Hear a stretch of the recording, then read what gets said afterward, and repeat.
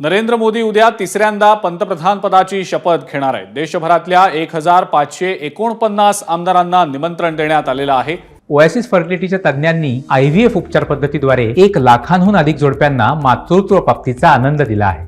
मोफत appointment book करण्यासाठी आजच संपर्क साधा। यासोबतच पद्म पुरस्कार मिळालेल्या मान्यवरांना सुद्धा शपथविधी सोहळ्याचं निमंत्रण दिलं गेलेलं आहे। न्याय, वैद्यक या क्षेत्रांसह कलाकार आणि इतर प्रभावी लोकांना सुद्धा निमंत्रण देण्यात आल्याची माहिती मिळतेय।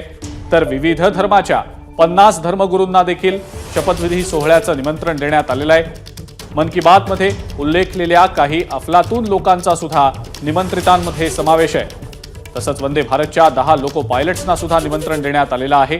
सेंट्रल विस्टा उभारणाऱ्या मजुरांना या शपथविधी सोहळ्याचं निमंत्रण देण्यात आलेलं आहे। यासोबतच स्वच्छता कर्मचारी आणि केंद्रीय योजनांच्या लाभार्थ्यांना सुद्धा निमंत्रण देण्यात आल्याची माहिती मिळते आहे। एबीपी माझा, उघडा डोळे बघा नीट।